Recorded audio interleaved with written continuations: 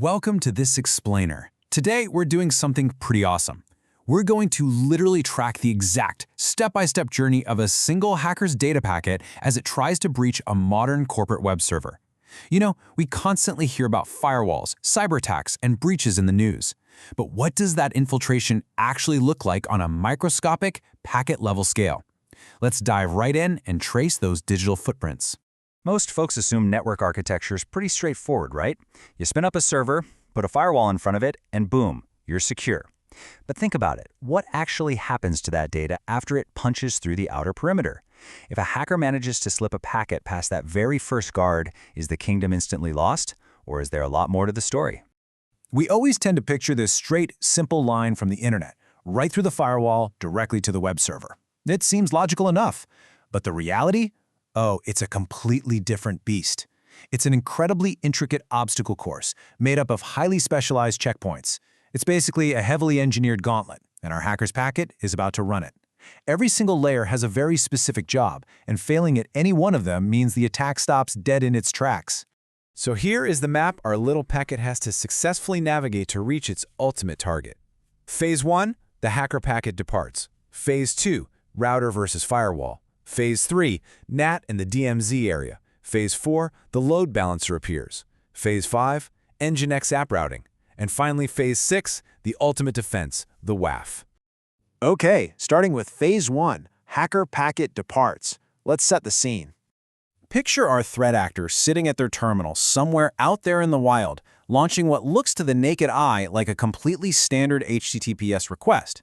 They're operating from a source IP of 203.0.113.50, and they're aiming right at the company's public IP, 203.0.113.100 on TCP port 443. That's just the standard port for secure web traffic. But here is the absolute kicker. The hacker only knows this public IP. They are flying completely blind to the actual internal layout of the corporate network. They're knocking on the front door with zero clue what the floor plan of the house actually looks like. Moving right along to Phase 2. The router and firewall. As that packet leaves the public internet and hits the corporate edge, it immediately meets its first two gatekeepers. And there's a really strict division of labor here. The router, it's basically the traffic cop. It checks its routing table and just asks, "Where are you going?" It doesn't judge the intent, it just points the way. But right behind it is the firewall. Now that's the bouncer. It checks strict security policies and asks, "Hey, are you actually allowed in here?" If our packet is using the right public IP and normal web ports, the firewall might just check its list and wave it through. Which brings us to Phase 3, NAT and the DMZ area. All right, so our packet made it past the firewall bouncer. Awesome. But now we've got a new mystery. If the public IP address on the outside doesn't actually point to the real physical server on the inside, how does public traffic reach a deeply hidden private machine? Enter NAT, or Network Address Translation. The firewall, or a dedicated device, grabs the packet and seamlessly rewrites its intended destination address on the fly. This is absolutely crucial because it completely obscures the true internal architecture from the outside world. Just like magic, NAT translates that public IP into a private internal server IP. Let's say 10.10.10.10. Suddenly, our packet has a brand new compass heading pointing way deeper into the corporate infrastructure. But you know, corporations aren't crazy. They don't just dump public-facing servers right into their highly sensitive core networks. That'd be like putting a cash register right in the middle of a bank vault. Instead, they isolate these servers inside a DMZ, a demilitarized zone. The DMZ is essentially a heavily guarded buffer zone. And this matters immensely because even if our hacker completely compromises a server sitting in the DMZ, guess what? They're still physically trapped outside the core enterprise network where the real sensitive data lives. They might be standing in the lobby, sure, but the vault, that's still locked up tight behind another set of doors. Next up, Phase 4, the load balancer appears. So, our packets survived the edge, the firewall, the NAT, and breached the DMZ. But surprise, the target isn't just one machine. Welcome to enterprise scale. The packet hits a load balancer, which acts exactly like an usher in a crowded theater. Using rules like round robin or least connections, it looks at a whole cluster of backend servers, Web 01, Web 02, Web 03, and figures out which one currently has an empty seat for this request. And the absolutely crazy part? This complex decision happens in mere microseconds, dynamically adjusting to real-time server traffic. That leads us to Phase 5, Nginx app routing. Once the load balancer picks a server, The packet gets handed off to software like Nginx. We're now at the final layer of traffic sorting. Acting as a reverse proxy, Nginx doesn't care about network IPs anymore. It intimately inspects the actual web request itself. It looks at the specific URL path. If the packet wants a simple image, it rapidly fires it over to the static content server. But if it sees a sensitive string like /API, Nginx deliberately and strictly funnels it to the backend API server. It's the ultimate traffic director for the application. Okay, let's take a quick breather and rewind.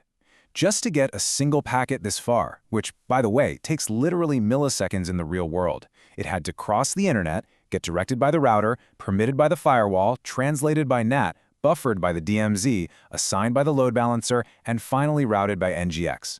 That is a wild journey. So that whole myth from the beginning? Completely busted. We aren't looking at a single wall here. We are looking at a highly intricate, multi-layered security ecosystem where every single component plays a massively specific role to keep the enterprise secure. And that finally brings us to Phase 6, the final defense, the WAF. Now, at this point, you might be thinking, hey, the packet made it. It followed all the rules. But here's the ultimate twist. Even if the packet legitimately passed every single network check, the payload hiding inside could still be an absolute weapon. We're talking SQL injections to dump thousands of customer records, or cross-site scripting to hijack a user's session. The traditional firewall completely missed this because it only looked at the outside of the envelope. It never read the letter inside. And that is exactly why modern enterprises absolutely need a WAF, a web application firewall. This is the true final line of defense. The WAF actually opens the letter. It inspects the HTTP headers, the parameters, the actual code being executed, desperately hunting for malicious intent that's dressed up as perfectly normal web traffic. So the big takeaway here is this brilliant division of power. While the traditional firewall just asks if the traffic can physically pass based on IPs and ports, the WAF intimately inspects the content. It asks if the web request itself is a weapon. You absolutely 100% need both to secure a modern network. Which brings us to a rather unsettling realization. The network firewall is never the final destination for enterprise security. It really makes you wonder, how vulnerable is your inner application logic right now if a threat actor is already standing comfortably inside your DMZ, holding a perfectly disguised payload? Something to think about, right? Thanks for joining me on this explainer, and remember to always keep questioning your perimeters.